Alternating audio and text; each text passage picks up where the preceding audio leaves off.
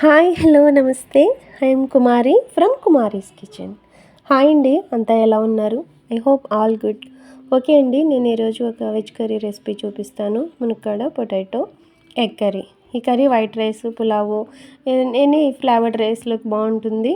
అలాగే very quick and easy process కూడాను. So let's go to the process. First మనం potatoes, onions, tomatoes, drumsticks, curry leaves, coriander leaves ఇవన్నీ నీట్గా wash చేసుకుని ముక్కలు cut చేసుకుని రెడీగా పెట్టుకోవాలి. అలాగే ఎగ్స్ కూడా బాయిల్ చేసుకొని షెల్స్ తీసుకున్న తర్వాత ఘాట్లు పెట్టుకొని ఉప్పు పసుపు వేసి పక్కన పెట్టుకోవాలి. అలాగే స్టవ్ పైన కడాయి పెట్టుకొని కొద్దిగా ఆయిల్ వేసి ఒక బే లీఫ్ అలాగే ఒక స్పూన్ జీలకర్ర వేసి ఫ్రై చేసుకోవాలి. కొద్దిగా కర్రీ లీవ్స్ వేసిన తర్వాత ఫ్రై అవుతూ ఉన్నప్పుడు ముందుగా మనం చిన్నగా చాప్ చేసుకొని చేసి పెట్టుకున్న ఆనియన్స్ కూడా వేసి ఫ్రై చేసుకోవాలి. ఆనియన్స్ ఫ్రై అవుతూ ఉన్నప్పుడు ఒక స్పూన్ జింజర్ గార్లిక్ పేస్ట్, కొద్దిగా పసుపు, హాఫ్ స్పూన్ సాల్ట్ కూడా వేసి మిక్స్ చేసి మూత పెట్టుకుని ఆనియన్స్ మెత్తగా కుక్ అయ్యే వరకు, సాఫ్ట్గా అయ్యే వరకు కుక్ చేసుకోవాలి. అలాగే వేరొక స్టవ్ మీద పాన్లో కొద్దిగా ఆయిల్ వేసుకుని ఆయిల్ హీట్ అయిన తర్వాత ముందుగా మనం రెడీ చేసి పెట్టుకున్న ఎగ్స్ ఉన్నాయి కదండి, ఎగ్స్ డ్రాప్ చేసుకోవాలి. ఈ ఎగ్స్ మూత పెట్టుకుని కుక్ చేసుకోవచ్చు. ఒక 2-3 మినిట్స్లో చక్కగా ఫ్రై అయిపోతాయి. గోల్డెన్ కలర్ వచ్చే వరకు ఈ ఎగ్స్ ఫ్రై చేసుకోవాలి. ఇలా ఫ్రై చేసుకుని వేసుకుంటే కర్రీ ఫ్లేవర్ బాగుంటుంది. ఎగ్స్ తినేటప్పుడు కూడా మా పిల్లలు ఇష్టంగా తింటారు, బాగుంటుంది కూడా. సో ఆనియన్స్ చూద్దామండి. ఆనియన్స్ బాగా కుక్ అయినాయి.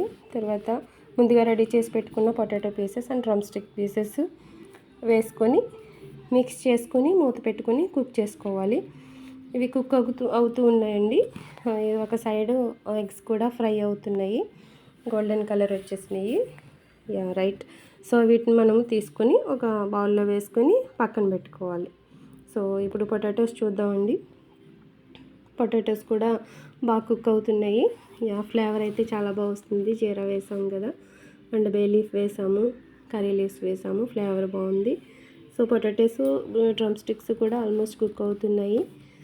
సో ఇప్పుడు మనము హాఫ్ స్పూన్ సాల్ట్ వేసుకోవాలి. 1.5 స్పూన్ రెడ్ చిల్లీ పౌడర్ వేసుకొని మిక్స్ చేసుకొని మూత పెట్టుకొని మధ్య మధ్యలో కలుపుతూ కుక్ చేసుకోవాలి. మధ్య మధ్యలో కలుపుతూ కుక్ చేసుకోవడం వల్ల కింద అడుగు పట్టకుండా ఉంటుంది. ప్రతి పీసు కూడా ఈవెన్గా కుక్ అవుతుంది. సో వేసిన మన red chilli powder and salt మునక్కాడ అండ్ పొటాటోకి బాగా పట్టి కుక్ అవుతుంది. కొద్దిసేపు మూత పెట్టి కుక్ చేసుకుందాము. ఈలోగా చిన్న మిక్సీ జార్ తీసుకుని ఒక టొమాటో, 2 జీడిపప్పు పలుకులు, ఒక హాఫ్ స్పూన్ గసగసాలు వేసి పేస్ట్లా రెడీ చేసి పెట్టుకున్నాను. సో ఇప్పుడు నేను రెడీ చేసుకున్న పేస్ట్ కర్రీలో వేసేద్దాం.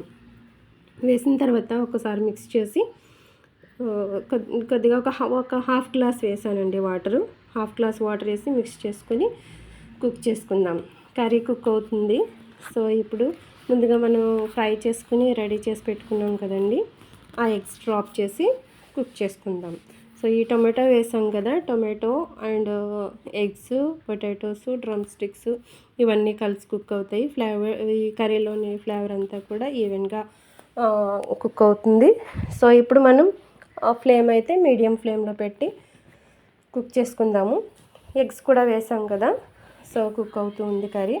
సో ఇప్పుడు కొద్దిగా జీలకర్ర, ధనియాలు, అలాగే లవంగాలు, యాలకులు, కొద్దిగా దాల్చిన చెక్క వేసి నేను మసాలా కూడా రెడీ చేసి పెట్టుకున్నాను.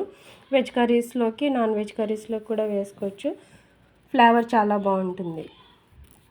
సో చూద్దామండి, కర్రీ కుక్ అవుతూ ఉన్నది. కొద్దిగా కొత్తిమీర వేసాను. ఒక 1 మినిట్ కుక్ అయిన తర్వాత మళ్ళీ మూత తీసి చూద్దాము.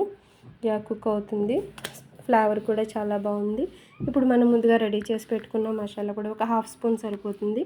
హాఫ్ స్పూన్ మసాలా పౌడర్ వేసుకున్న తర్వాత కొద్దిగా కొత్తిమీర వేసుకుని లో ఫ్లేమ్ అయితే లోలో పెట్టుకుని స్టవ్ ఒక 1 మినిట్ ఉంచిన తర్వాత మిక్స్ చేసుకుని కర్రీ డిష్ అవుట్ చేసేసుకోవచ్చు. సో ఈ రెసిపీ మీకు నచ్చితే కామెంట్ చేయండి.